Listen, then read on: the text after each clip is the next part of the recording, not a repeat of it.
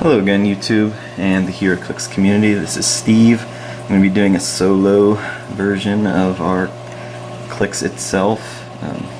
Been really busy lately, especially having that newborn, and haven't been able to get Greg over here to do it, but I didn't want to have this go too long between videos, and I wanted to talk about our Fear itself that we had. It was actually the first Saturday of the month of September. It was month 4.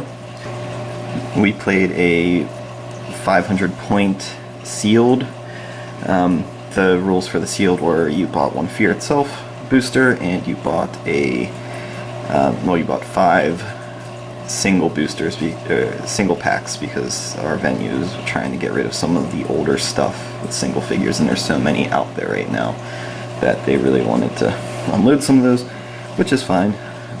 Like being able to support them in any way possible, and the Fear itself is the main draw anyway. Have enough Wolverine and the X-Men, that wasn't a big deal. Been fun to play some of those in a sealed, but anyway, so for my 5,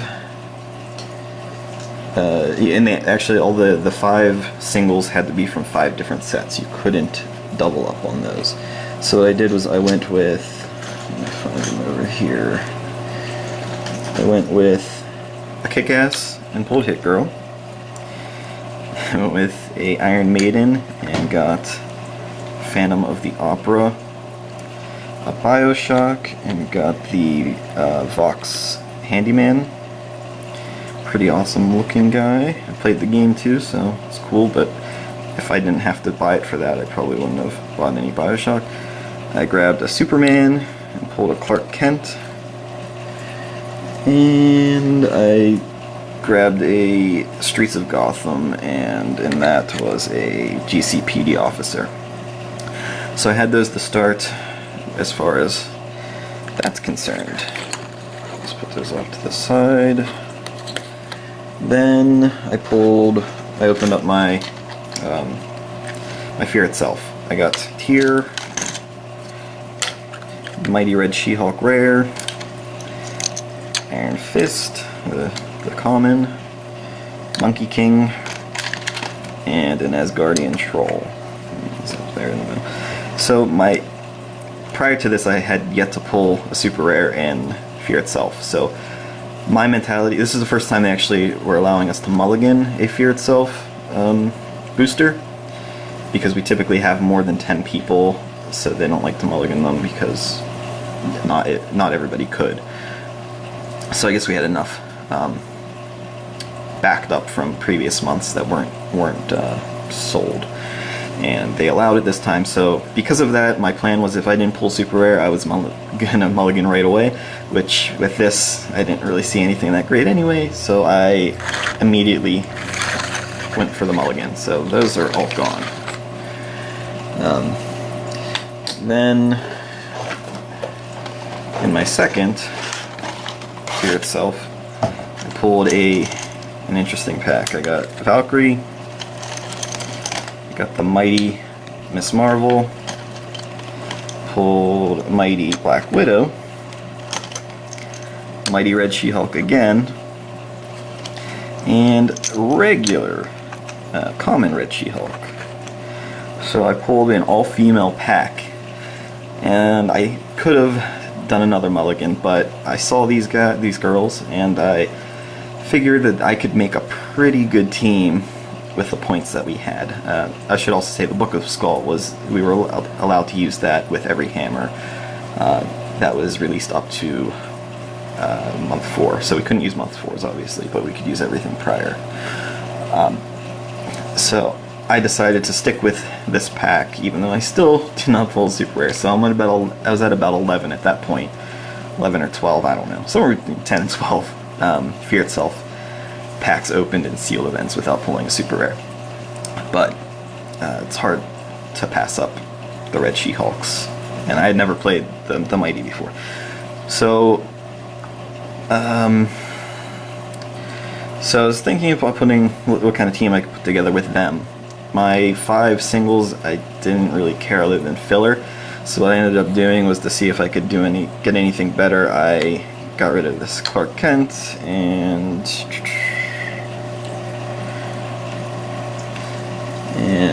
I decided to see if I could pull something that was a little bit lower points to make like a support piece. What I ended up pulling was a Manic, which was not low points, so that didn't really help me there. So as I looked at the team, I mean, any of these I figured would be great. I had actually never played with the Mighty Red She-Hulk or the Mighty Miss Marvel before, but I've played with the normal Red She-Hulk a few times, and she's always very solid. And played back Black Widow with her special blades, adding an action token that's useful. So I was trying to figure out the best combination. What I ended up going with was all of my singles with the exception of the GCPD officer, because he was low points, kind of filler. I got rid of Valkyrie, I got rid of Black Widow. So I went with the 2 Red She-Hulks, Miss Marvel, GCPD officer, and the Book of the Skull. So I'm going to do a quick overview of each member of my team. I'm going to start off with really the anchor, which is Red She-Hulk, the common. If you pull her in a sealed, you're silly if you don't use her. She, for those that don't know, you should by now if you've played in any Fear Itself events. Number 1, she has the special attack power that she can use super strength, and when using an object during an attack, she can increase the damage dealt by 1. So basically with her, you pick up a heavy object, you charge in at somebody, you use that heavy object to swing. She has a 4 base damage to start out. So you have 4 base damage plus the 2 from the heavy object plus the 1 additional for the ability. You're going to do 7 damage if you hit. An 11 attack makes it a little bit easier to get that hit in. If you miss, it's pretty devastating. It's a pretty devastating miss, but even with somebody with damage reducers, they're going to be taking a lot of damage, and then you can have other objects on the field for her to pick up later. The other main ability on her is her traded ability, which is basically a regen after clearing 2 action tokens off of her. So she's in Dawn, you can push her, and when you clear those 2 tokens off of her, she can heal 1 click of damage. So not only does she deal out a lot of damage, but she also has that healing ability. So that's Red She-Hulk. So Miss Marvel's up next. She's 155 points. She has Indom, she's flying, as all the mighty are. And she has a running shot with 11 movement and 6 range. And that is a pretty big deal in a set like Fear Itself, where there's very few ranged characters, especially there's not a lot of characters with running shot either with that range and movement. So she also starts with an 11 attack, has a 17 defense with Impervious, and she has leadership, which comes into play with this team as far as getting tokens off of Red She-Hulk at 118. So she also has a special ability that she can use Super Strength. She can also use Blades, Claws, Fangs, but she can do it at range as well. And if she uses it on a result of a 1 through 3, you can deal 1 penetrating damage to somebody. So I didn't use the special attack at all. I can't even remember if I did in my games, just because she starts out with a 4. Later in her dial, when her damage is reduced a little bit, it's definitely more of an option. But when she has that 4, it's a little risky to use that Blades, Claws, Fangs. So she's a nice piece that can put out a lot of damage early on. Then the last big piece of my team was the Mighty Red She-Hulk. She starts out with Charge. at 10 movement, an 11 attack with the special attack ability of my big ass sword, and she can use Blades, Claws, Fangs as well. You can give her a close combat action that does not generate knockback, and when she does, if you roll a 4, 5, or 6 on the d6 roll, after actions resolved, deal the same amount of damage to an opposing adjacent character, but not adjacent to She-Hulk. So it's very situational, but if you're in that situation, it's very useful too. I kind of would rather her just start out with super strength, but that works too. She does only have a 3 damage to start out with, but an 18 impervious, so her defense is a little bit more solid. And then later on she just gets a revert, like all the other mighties. And then my last one is just the GCPD officer, who is 30 points, a throw-in, and mainly used to bring down hammers by giving him an action. So that was basically his only purpose. And my plan going in was to give the Mighty Red She-Hulk Scotty's hammer to give her exploits, and she was my lowest damage attacker. I figured I'd give that to her, so if she hit, it was a guaranteed 3. The other ones could put out enough damage even with reducers that it would still be pretty good. But her 3, if it was reduced, by 2, and her attacks wouldn't be as meaningful, especially since she didn't have super strength to start out. So I wanted to give her that hammer. I believe Red She-Hulk I was giving Mox, just to give her the option of having running shot as well, with a range of 4. Again, I may have used it once in my games. And then Miss Marvel was the last priority as far as hammers, and I believe I gave her Skerns. So, I mean, really I just wanted them to have the hammers with +2 attack, which is the big key there. Okay, so I have my team here. We play 3 rounds. I'm sure that's pretty standard with most venues, but and like I said before, this is the first time, or I didn't actually say that before, this is the first time we were able to use the Book of the Skull at this particular venue. Usually we can use the hammers, but we can't use the actual book in our builds. And I forgot to mention, I did use the Mighty ATA on the 3 Mighty here. So I think my point total was, like, off the top of my head without adding these up, I think it was 470 or 480, I can't remember exactly, it was one of those. And so we were able to use the Book of the Skull for the first time. I don't like using the Book of the Skull. It's good, but I feel like if it in a tournament where you're allowed to use it, you kind of have to. You're left no choice, because if you don't, you're going to be at a severe disadvantage. So, of course, because it was legal, I had to use it, and most people did. The first person I played in round 1 actually did not use it, so I mean, of course, he was at that disadvantage, and I didn't have too much trouble beating him with this team, because I was able to get a hammer to every one of my female characters there, and them with hammers all at 13, with a hammer at 13 attack, plus if I went up against the worthy with any of them, getting another +1 to that attack pretty much made them unstoppable. They weren't going to miss. So the first round, really, it was a pretty easy win.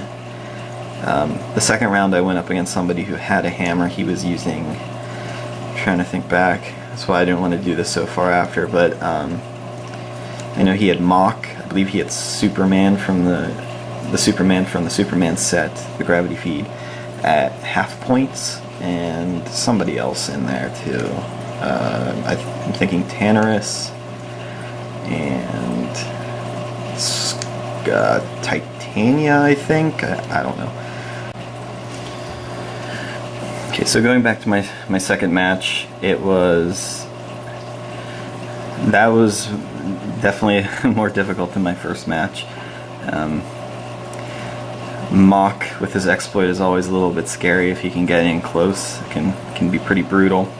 And Tannerus with his penetrating blast, which I actually never used him or played with him, so that was a bit of a surprise. So he was able to deal some damage. I believe to my common She-Hulk, or actually I think it might have been Miss Marvel. I don't remember. Either way, one of my figures was taken down pretty low due to Tannerus. But I was able to come out with the win there. I was able to take all of his points before time expired. And then my third game, I played somebody else who was also 2-0. I believe going into the third round there were 3 of us that were 2-0. But the person I was playing had also taken all of the points from the other teams he had played. So we got paired up. He had Null.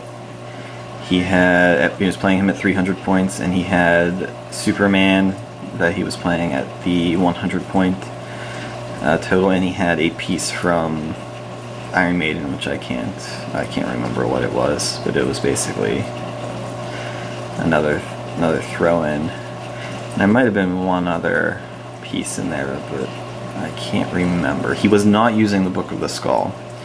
I guess his point total just didn't allow for it, and that was probably a pretty that was a deal breaker as far as our game was concerned, because he actually, at the beginning of the game, he made moves that allowed me to bring all of my hammers down without coming in. So once I was able to get hammers on all of my pieces, I was even able to get Kurths on the GCPD officer, just because, I mean, why not, right? So for a while we were playing a bit of a chess match. We were seeing who was going to make the first move as far as attacking. I know Null by far was my biggest concern, and in the end I ended up taking out his Superman first, and then I was able to chip away at Null with my 13 attacks, 14 actually when I was going up against him, because he was worthy, and he didn't hit impervious rolls, so that basically, I was able to chip away at him. I don't think I missed an attack. So, I mean, the Book of the Skull makes or breaks your team. If you're able to use it, you have to use it. If you don't, you're not. No, I mean, you may have a great team and you may play well, but you just can't do anything about those high attacks. So, unless you have a bunch of probability controls, and even that's probably not going to work, because it's really difficult to miss a 4 on your attacks, or 3 in some cases. But so that was my team. That was the event. I wish it was a little bit more fresh for me, but I don't want to bore you with everything. But in the end, I ended up 3-0. I was able to take home an Odin. So that's awesome. Great looking piece, super powerful, but super high points. Haven't used him yet. Who knows when I will. I love Odin as a character. My cat is named Odin, even though my cat is a girl, but it works because she's very strange. And she pops up in these videos sometimes. But Odin is great. Just from the collectible standpoint, wanted to have him regardless of if I'll ever play him. So very happy about coming away with him. And I also apologize again for any baby noises for a lot of those videos, actually wearing her on me. So you may have heard her grunting and making some noises during the video. So I try my best. It's hard when I try to do these, and I'm also trying to make sure she's alright. But thanks for watching. If you made it this far, like, comment, and subscribe, and we'll see you for the next video.